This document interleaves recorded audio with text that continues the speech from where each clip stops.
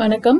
இப்போ ஹெச்டிஎஃப்சி பேங்க்ல வந்துட்டு நெட் பேங்கிங்ல எப்படி வந்துட்டு ஒரு அக்கௌண்ட் ஆட் பண்றது அப்படின்னு நம்ம பார்க்க போறோம். So HDFC bank account net banking மூலமா லாகின் பண்ணிக்கோங்க.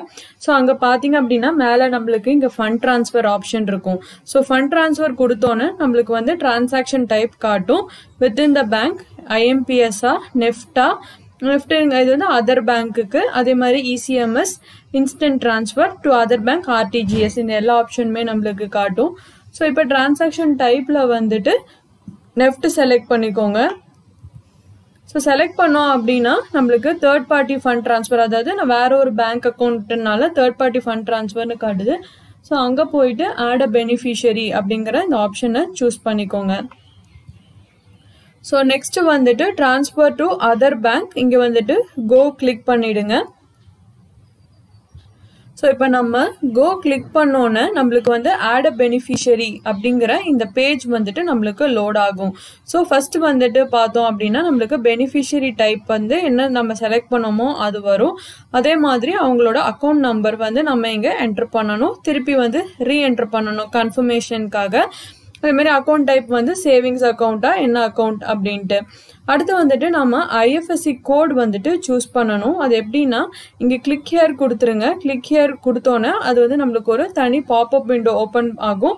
ஸோ அங்கே வந்துட்டு அவங்களோட ஐஎஃப்எஸ்சி கோடை வந்து நம்ம கொடுத்தோம் அப்படின்னா என்ன பேங்க் அப்படின்றத அதில் வந்துட்டு நம்மளுக்கு காட்டும்.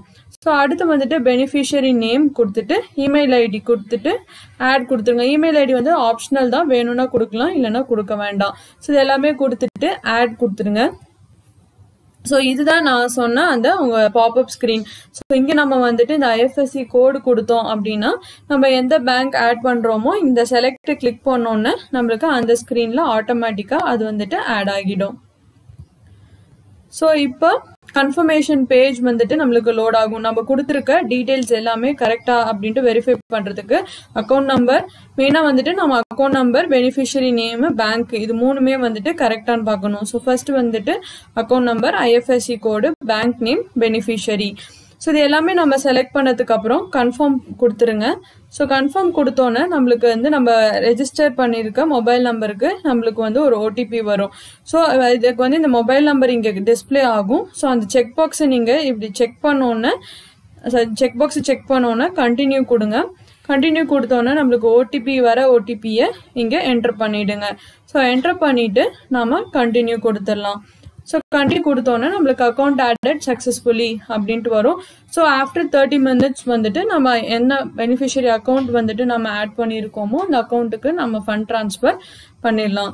இதுதான் ஹெச்டிஎஃப்சி நெட் பேங்கிங் மூலமா நாம வந்துட்டு ஃபண்ட் டிரான்ஸ்ஃபர், அதாவது ஒரு பெனிஃபிஷியரி அக்கௌண்ட் வந்துட்டு ஆட் பண்ணிட்டு ஃபண்ட் டிரான்ஸ்ஃபர் பண்ணலாம். இந்த வீடியோ உங்களுக்கு பிடிச்சிருந்ததுன்னா சேனலுக்கு சப்ஸ்கிரைப் பண்ணுங்க. நன்றி, வணக்கம்.